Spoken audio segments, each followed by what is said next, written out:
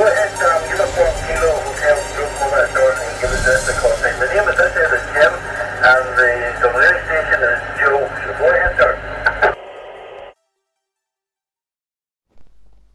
Right, hi everyone.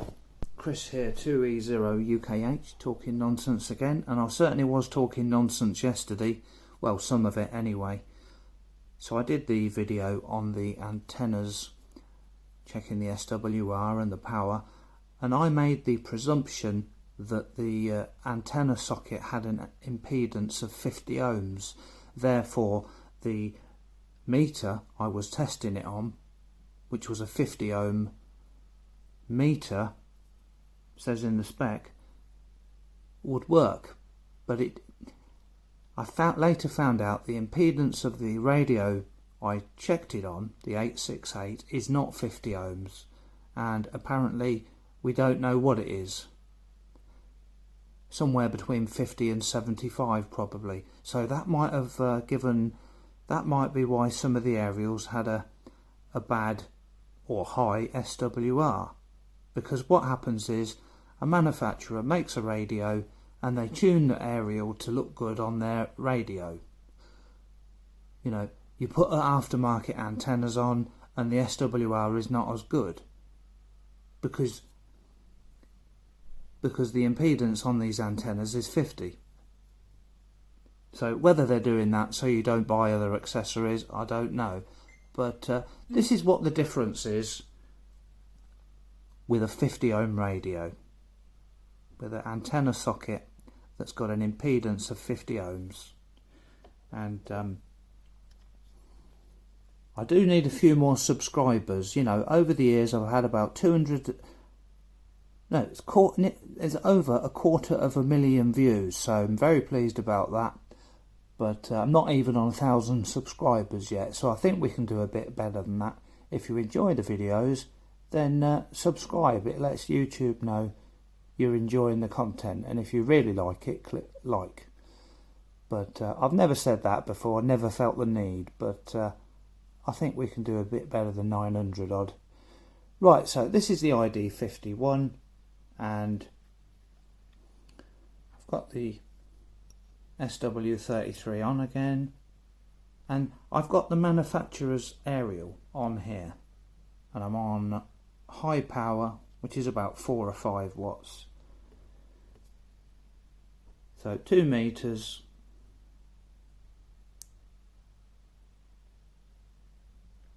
two point nine, went up to 4. So that's 2 meters. 70 sems.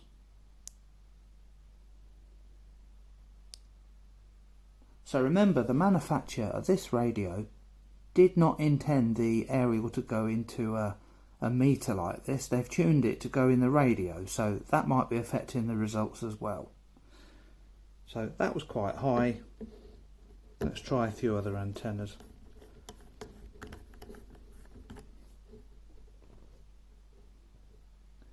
Let's try the original, supposedly original Nagoya 771. Ah dear. Right, that's the 771 in. I'm on UHF.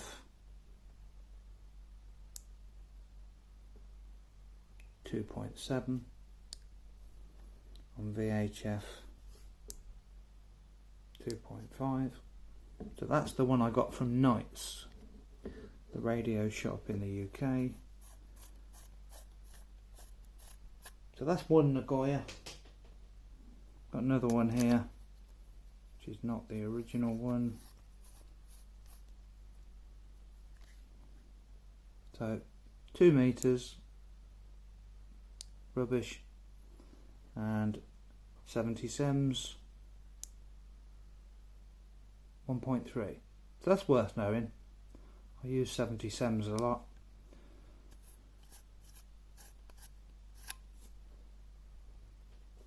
So I'm trying to do all the ones with the same antenna socket, and then I'll swap over to the other. Right, I've done all the ones with that antenna socket. I'm now going to put the converter on.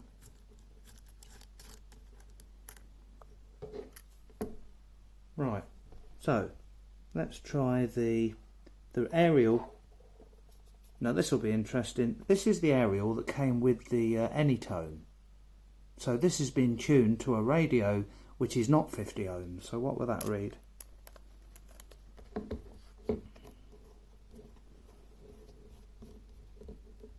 But remember, it's not going straight into the radio, it's going into this meter, so that could affect results. So 70 sems.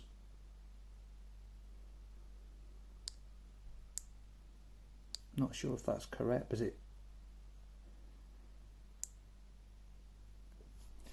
Right, that's on 2 meters, 1.42, 70 sems, 2.7. So that's the one that come with the 868.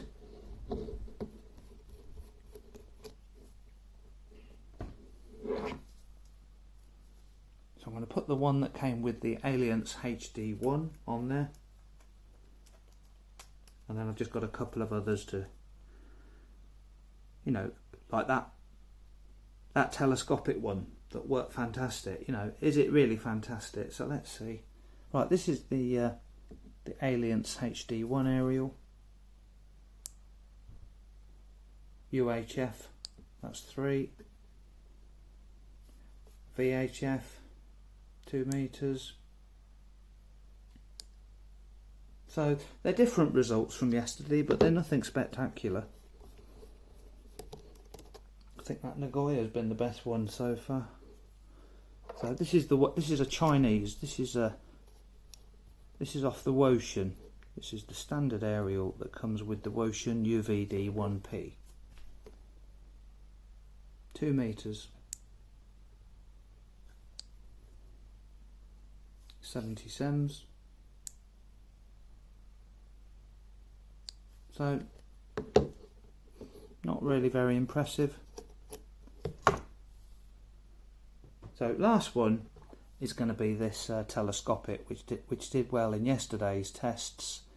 This is the AL800 VHF UHF, and I'm a bit concerned about putting all this weight on the aerial socket, so I'm going to do this carefully, because they're not designed for all this weight. Right, so I won't take the weight of it for long. Right, that's on UHF.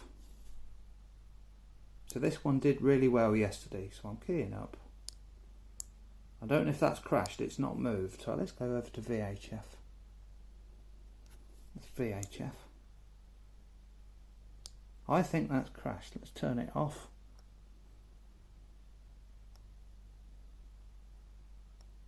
Turn it on.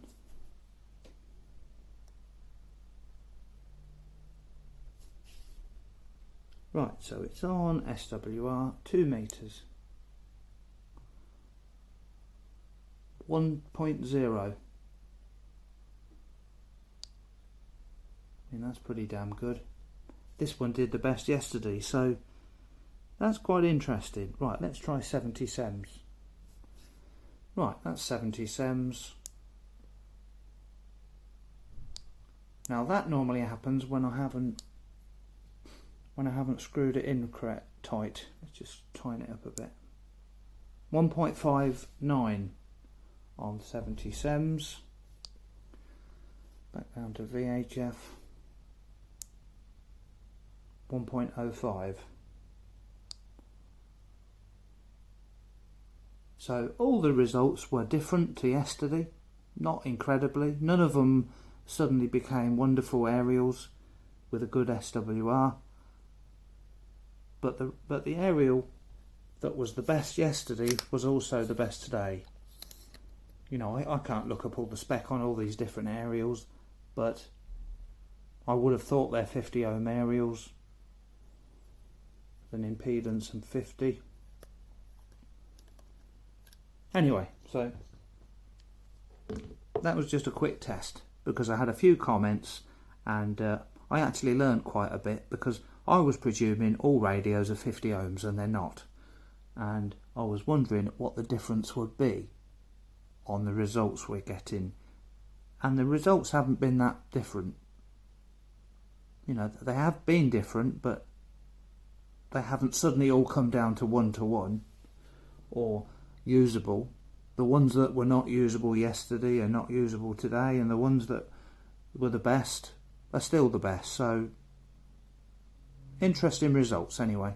Okay, right, 732E0 UKH.